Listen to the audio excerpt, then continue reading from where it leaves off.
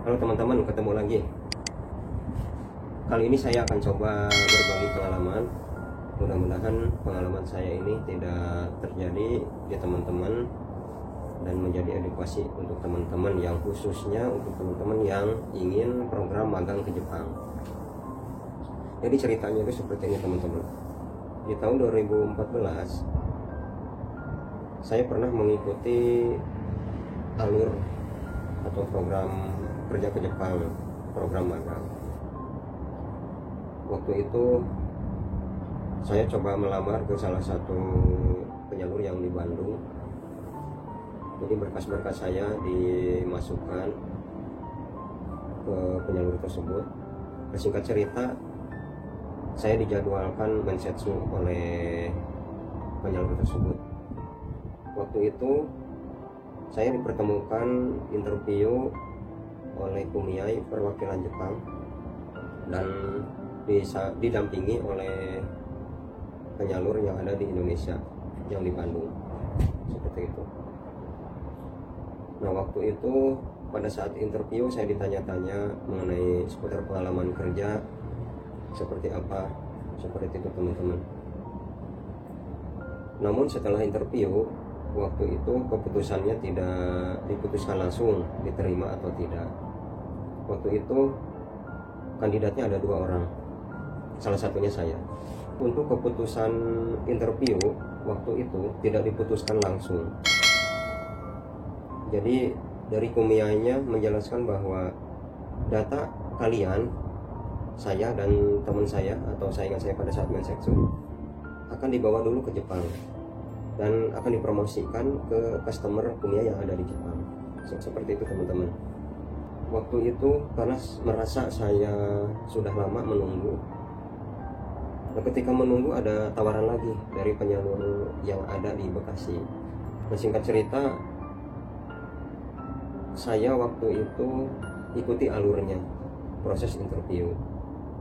Dari Kumiai Jepang menanyakan mengenai kelebihan-kelebihan yang dimiliki. Waktu itu saya menjelaskan aktivitas-aktivitas yang dilakukan selama bekerja di perusahaan, karena memang waktu itu saya masih bekerja di salah satu perusahaan otomotif Jepang yang ada di Karawang. Karena benefit yang didapatkan lebih baik yang ditawarkan dari penyalur Bekasi, waktu itu saya memutuskan untuk memilih perusahaan yang ditawarkan oleh penyalur Bekasi. Alasannya yang pertama, karena keputusannya itu sudah diputuskan di waktu mensetsu. Kemudian alasan kedua itu, setelah pulang dari Jepang akan ditempatkan di perusahaan baru atau di perusahaan cabang Jepang yang ada di Indonesia di Karawang. Seperti itu teman-teman. Karena waktu itu kondisinya saya masih bekerja di salah satu perusahaan di Indonesia di Karawang, saya meminta izin untuk resign ke atasan. Nah, selama saya masih bekerja di perusahaan yang ada di Karawang, itu ternyata ada keputusan dari penyalur yang ada di Bandung bahwa saya keterima juga. Seperti itu teman-teman. Otomatis saya secara pribadi, karena sudah menimbang di awal ya benefitnya itu lebih bagus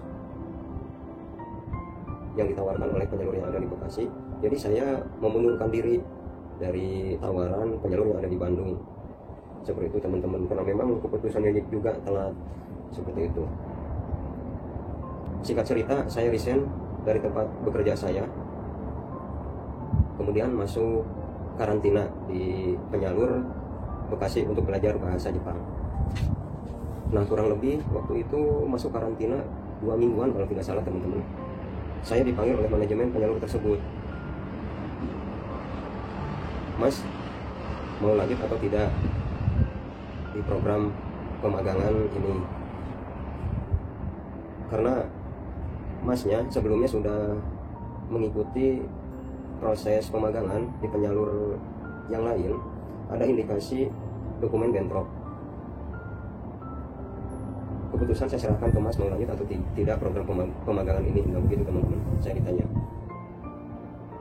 Kemudian si penyalur menjelaskan lagi, nah ketika Mas lanjut ada konsekuensi yang harus diambil oleh Mas.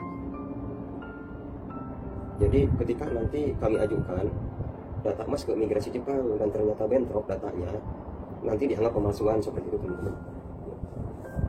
Nah ketika itu terjadi, otomatis Mas sendiri tidak akan berangkat untuk magang ke Jepang, dan kemungkinan juga teman-teman Mas yang lain terkena imbasnya seperti itu teman-teman. Nah karena saya menimbang tidak ingin merugikan yang lain,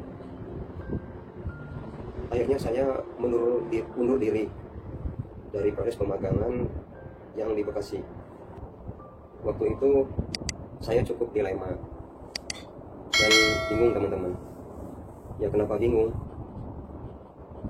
Ke Jepang yang dari penyalur Bekasi tidak jadi, yang dari penyalur Bandung tidak jadi, dan kerja pun di Karawang saya udah resign seperti itu teman-teman. Singkat cerita saya jadi pengangguran teman-teman seperti itu dan harus mencari pekerjaan kembali. Nah jadi pengalaman ini sangat berharga teman-teman ya.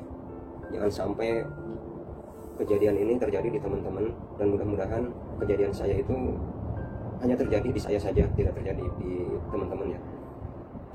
Setelah melihat dari pengalaman saya pribadi ini, saran untuk teman-teman, khususnya untuk yang ingin ke Jepang melalui program magang, ketika sudah mengikuti alur proses pemagangan ke Jepang di salah satu LPK, harus diikuti sampai akhir, harus ada keputusan keterima atau tidak. Ketika tidak diterima, ketika keputusan belum ada, lebih baik teman-teman itu menunggu sampai keputusan tersebut ada. Nah ketika diterima ya alhamdulillah lanjut, tapi ketika tidak diterima, nah baru teman-teman itu bisa tidak apa-apa mencari lagi ke LPK yang lain, dengan syarat teman-teman izin ke penyalur sebelumnya. Jadi seperti itu ya teman-teman. Mudah-mudahan pengalaman saya ini bermanfaat untuk teman-teman semua.